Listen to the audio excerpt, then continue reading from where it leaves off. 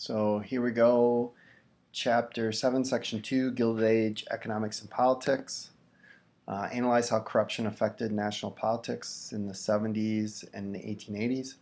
Discuss civil service reform, and then assess the importance of economic issues in the politics of the Gilded Age.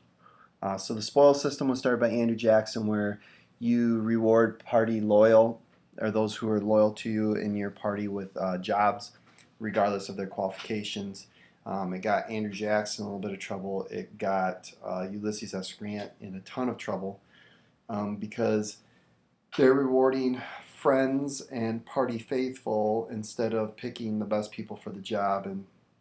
And sometimes people take advantage of these positions, which happened especially in Ulysses S. Grant's presidency, where some of his buddies made off pretty good by using and abusing their power. Civil service, government departments, this would be a good example. The Pendleton Civil Service Act was a law created to deal with some of that corruption and to hire employees on a merit system rather than a spoils system. So that's where you get the civil service exam, where you have to take a test in order to work in these civil services. Gold standard, using gold as the basis for the nation's currency. So why did the political structure change during the Gilded Age? And there's a couple of things. One is, if you go back to the Reconstruction and the attempt to impeach Andrew Johnson, that really impacts the power of the presidency, because they realize that if they do something Congress doesn't like, Congress can attempt to impeach them. And so you get this period of time where Congress has more political power than they're supposed to have, and the system of checks and balances isn't really working. So that's part of it. And then the other thing is, you get a series of presidents that aren't necessarily bad people, but they're not exactly visionaries. They don't have this image of where the country should go, not like Andrew Jackson had, or not like Teddy Roosevelt's going to have. So it really limits part of the problem. And so you see very few laws passed, and a lot of it has to do with the makeup of the political system. And so the Gilded Age is going to raise this pretty important question about whether or not democracy could succeed in this period of time that's dominated by powerful industrial corporations and men of great wealth. And it's interesting that, we go a little over 100 years later and we're having this very same discussion about whether democracy can succeed in an era dominated by partisan politics, the wealth of outside political action committees and groups. So this has kind of come full circle a little bit. So part of the problem is party loyalties were evenly divided.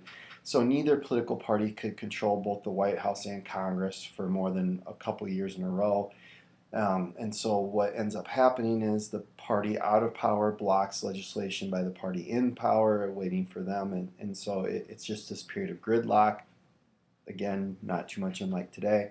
And then you've got presidents during the Gilded Age who were elected only by slim margins. So they didn't really have a clear mandate. And even if they did try to lead, Congress would block it. So it made it real difficult to pass new laws.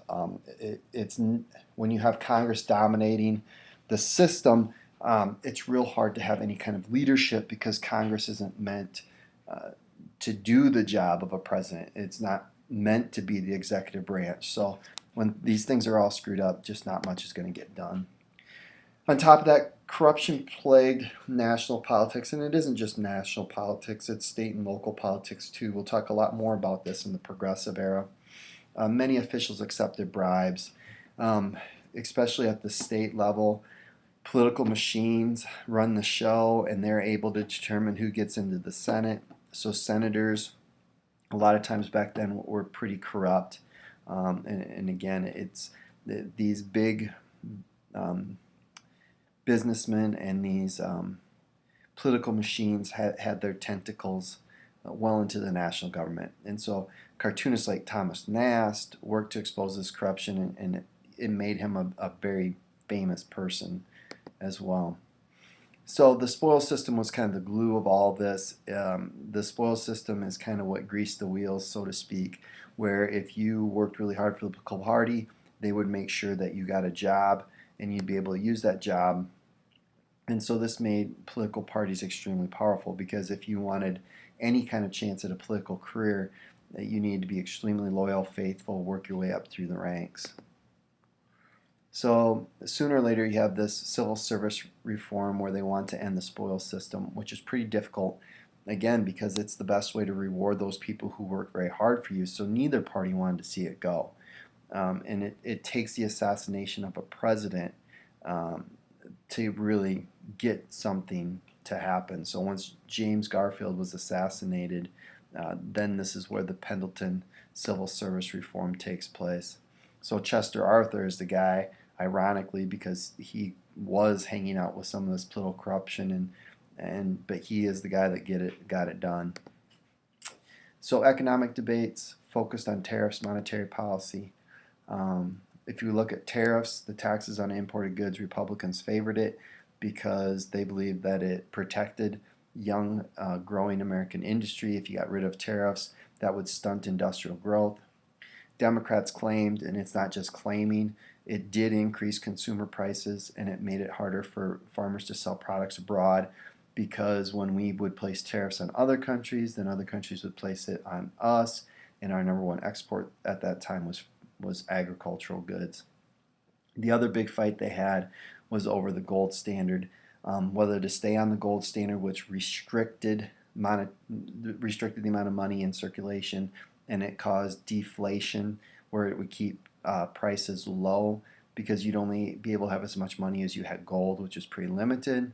And then there were other people who wanted to see the minting of silver. So when they reversed this policy in 1873, you really see this big debate forming, and you have bankers and big businesses on one side who want to stick with the gold standard, and then you've got farmers who want to use silver, hoping that would create inflation and raise their income and help them get a better price for their farm goods, which they really needed at that time.